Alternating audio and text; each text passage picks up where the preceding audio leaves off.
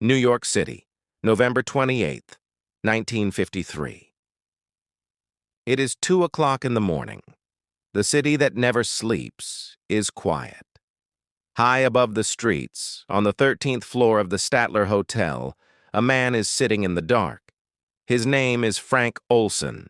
He is a scientist, a father, a husband. For days, he has been telling his colleagues that he is afraid. He says he made a terrible mistake. He says they are watching him. Suddenly, the silence is broken by the sound of shattering glass. Frank Olson runs across the room and crashes through the closed window. He falls 13 stories. His body hits the cold pavement of 7th Avenue. He dies instantly.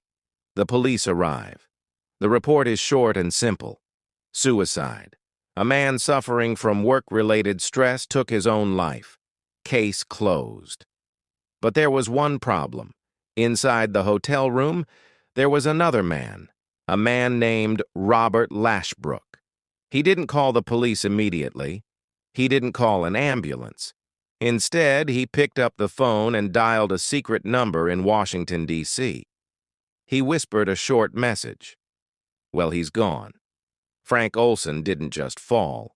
He was pushed, not by a hand, but by a drug. 9 days earlier, Frank had attended a secret meeting.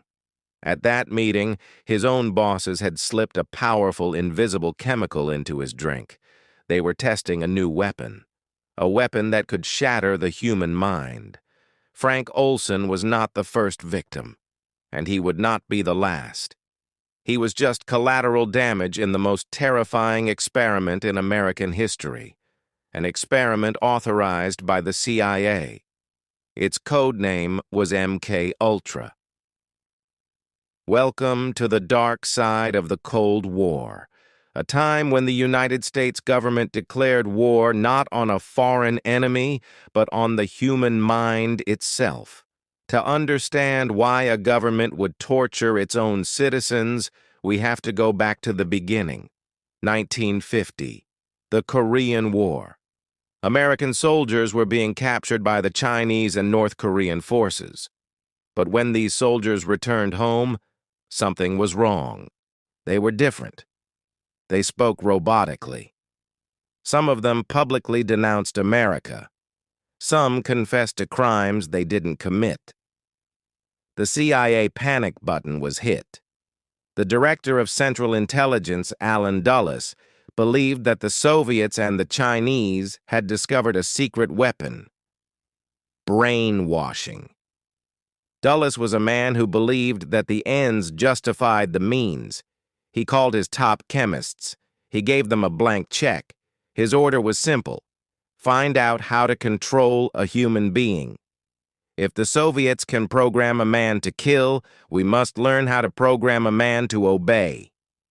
Thus, on April 13, 1953, Project MK Ultra was officially born. It was a top-secret program. Even the President of the United States didn't know the full details.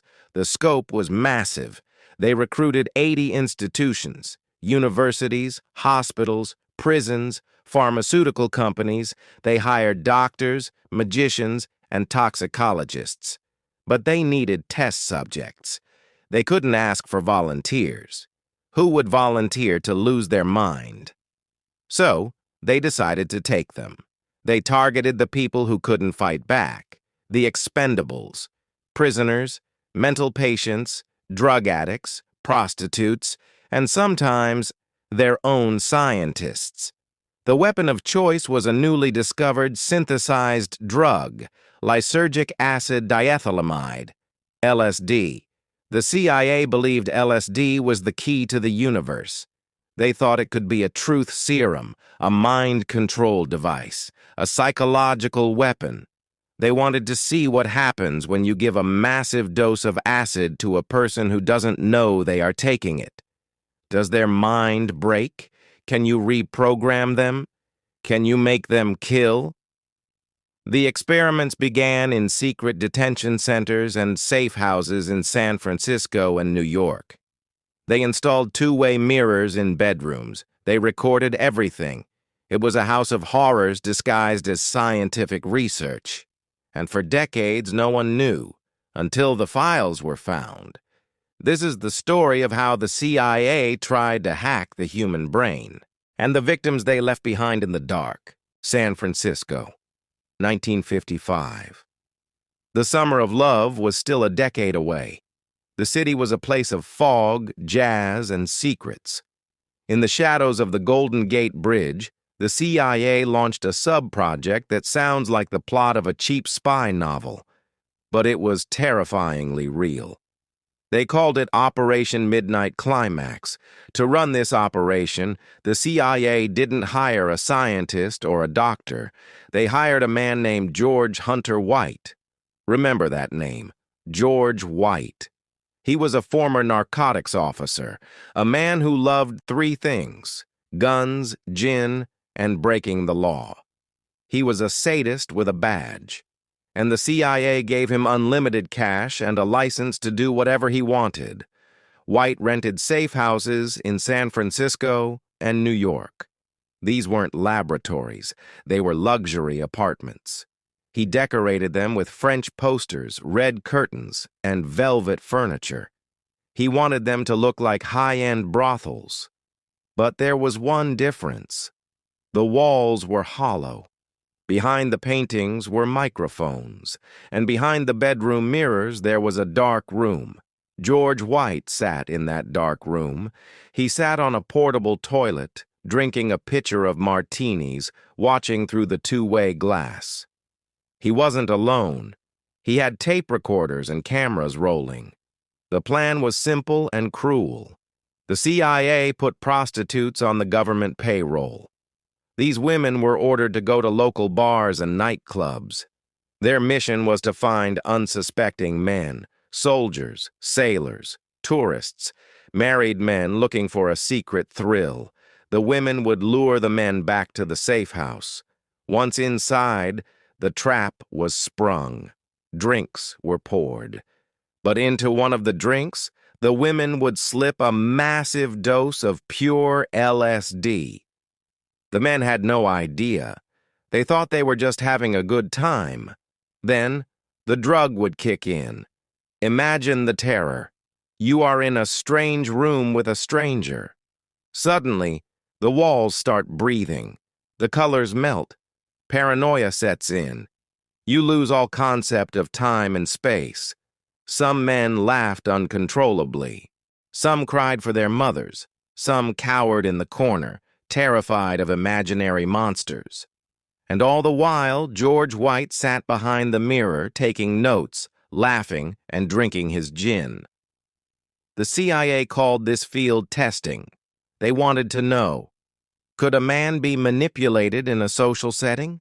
Could he be made to reveal secrets while under the influence? But for the victims, it was a life-destroying event. Because the targets were soliciting prostitutes, the CIA knew they would never go to the police. The victims woke up the next morning confused, sick, and broken. They thought they had gone crazy. They thought they had a mental breakdown.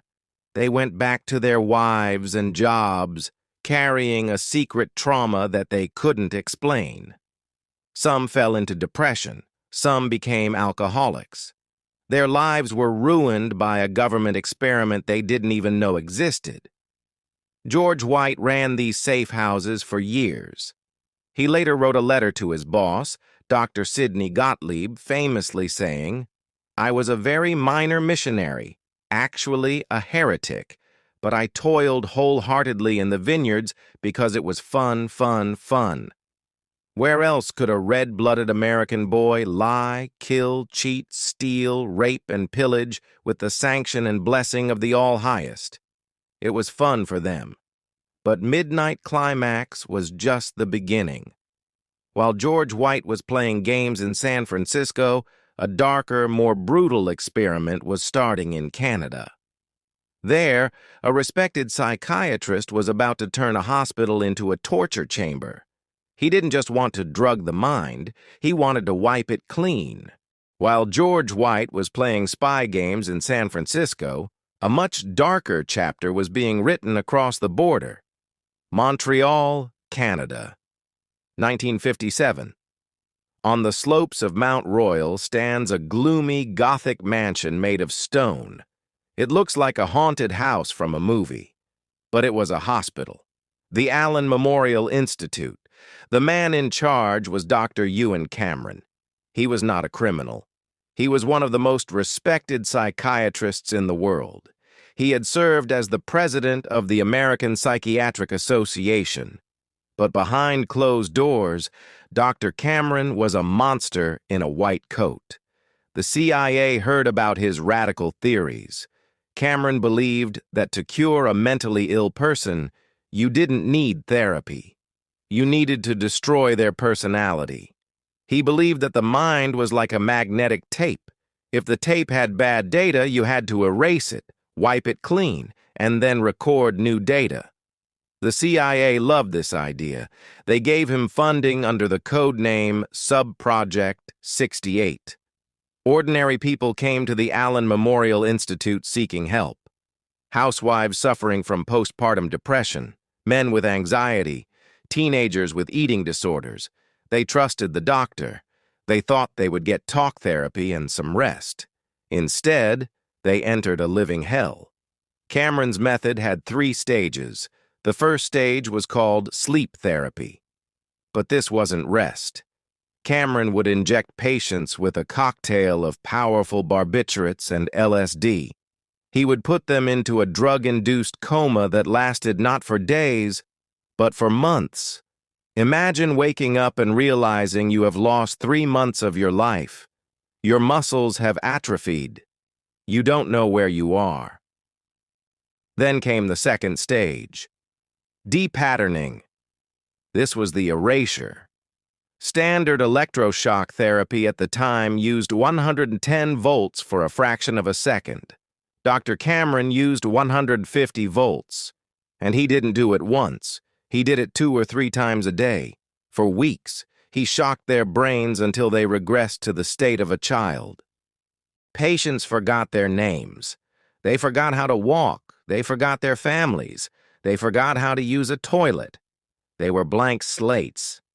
Then came the final stage, psychic driving. The patients, now broken and empty, were put into isolation rooms. They were forced to wear helmets with speakers inside. Cameron would play a recorded message on a loop. You are a bad mother. You are weak. You must change. The message would play for 16 hours a day, hundreds of thousands of times. If the patient tried to take off the helmet, they were drugged or restrained. One victim, a woman named Velma Orlikow, came to the hospital for mild depression. When she left, she couldn't tie her shoes. She couldn't read. She didn't recognize her husband. She spent the rest of her life trying to put the pieces of her shattered mind back together. She never fully recovered. And the worst part? The United States government paid for all of it. The CIA wanted to know if they could take a Soviet spy, wipe his memory, and reprogram him to work for America. They used innocent Canadian citizens as lab rats to find out. Dr. Cameron died in 1967 while hiking. He died believing he was a pioneer of science. He never faced justice. His victims were left wandering in the fog of their own broken minds, haunted by a past they could no longer remember. But secrets don't stay buried forever. In the 1970s, the political climate in America was changing. The Watergate scandal had made people suspicious of the government. And deep in the archives of the CIA, a few boxes of files survived the shredder. The truth was about to come out. Washington, D.C., 1973. The Watergate scandal is tearing the country apart. President Nixon is on the verge of resignation. Paranoia is sweeping through the halls of power. At the CIA headquarters, Director Richard Helms makes a frantic decision. He knows that Congress is coming. He knows they will ask questions, and he knows that if they see the files on MK Ultra, the agency will be destroyed. So, he gives the order. Destroy them all. For days, the shredders at Langley worked non-stop. Thousands of boxes containing the details of drug experiments, torture sessions, and illegal detention centers are turned into confetti. The names of the victims, the doses of LSD, the results of the mind-wiping all gone. Helms believed he had buried the secrets forever. He was wrong. He made one mistake. He destroyed the operational files, but he forgot about the financial records. The bureaucrats had left a paper trail. 2 years later, in 1975, investigators found a stash of financial documents in a neglected warehouse. They didn't describe the experiments in detail, but they showed where the money went. They showed the payments to the brothels, the grants to Dr. Cameron, the checks written to the chemists. The story broke like a tidal wave. The New York Times published the headline, "Huge CIA operation reported in U.S. against anti-war forces, dissidents in New York City." The American public was horrified. The United States Senate formed a special committee, led by Senator Frank Church, to investigate the intelligence agencies. It was a televised spectacle. Americans watched in disbelief as CIA officials admitted to stockpiling biological toxins, planning assassinations, and drugging their own people. The most iconic moment came when Senator Church held up a CIA heart attack gun, a weapon designed to kill a target without leaving a trace. The curtain had been pulled back. The wizard was exposed as a monster. But what about the victims? In 1975, the government finally apologized to the family of Frank Olson, the man who fell from the hotel window. President Gerald Ford invited the Olson family to the White House. He gave them a settlement of $750,000. They admitted it wasn't a suicide. They admitted they had drugged him. But for Eric Olson, Frank's son, it wasn't enough. He spent his entire life proving that his father didn't just fall, he was murdered to keep him quiet. In 1994, he had his father's body exhumed. The forensic analysis showed a blow to the head that occurred before the fall. The truth was uglier than anyone imagined. And what about the survivors of Montreal? The Canadian government and the CIA eventually paid compensation to some of Dr. Cameron's victims. But money couldn't buy back their memories. It couldn't bring back the years they lost in the darkness of the sleep room. MK Ultra was officially shut down. Or so they say. The CIA claims that all mind control experiments ended in the 1970s, but historians and conspiracy theorists ask a chilling question. If they were doing this with 1950s technology, what are they capable of doing today? We know about MK Ultra only because of a clerical error, only because they forgot to burn a few boxes of financial records. What about the files that were successfully destroyed? What projects were so dark, so terrible, that they couldn't risk leaving even a single receipt? We will never know. The scars of MK Ultra are not just on the bodies of the victims. They are on the psyche of the nation. It was the moment when the American people realized that their protector could also be their predator. Some doors should never be opened. Some trips never end. This is the legacy of Project MK Ultra.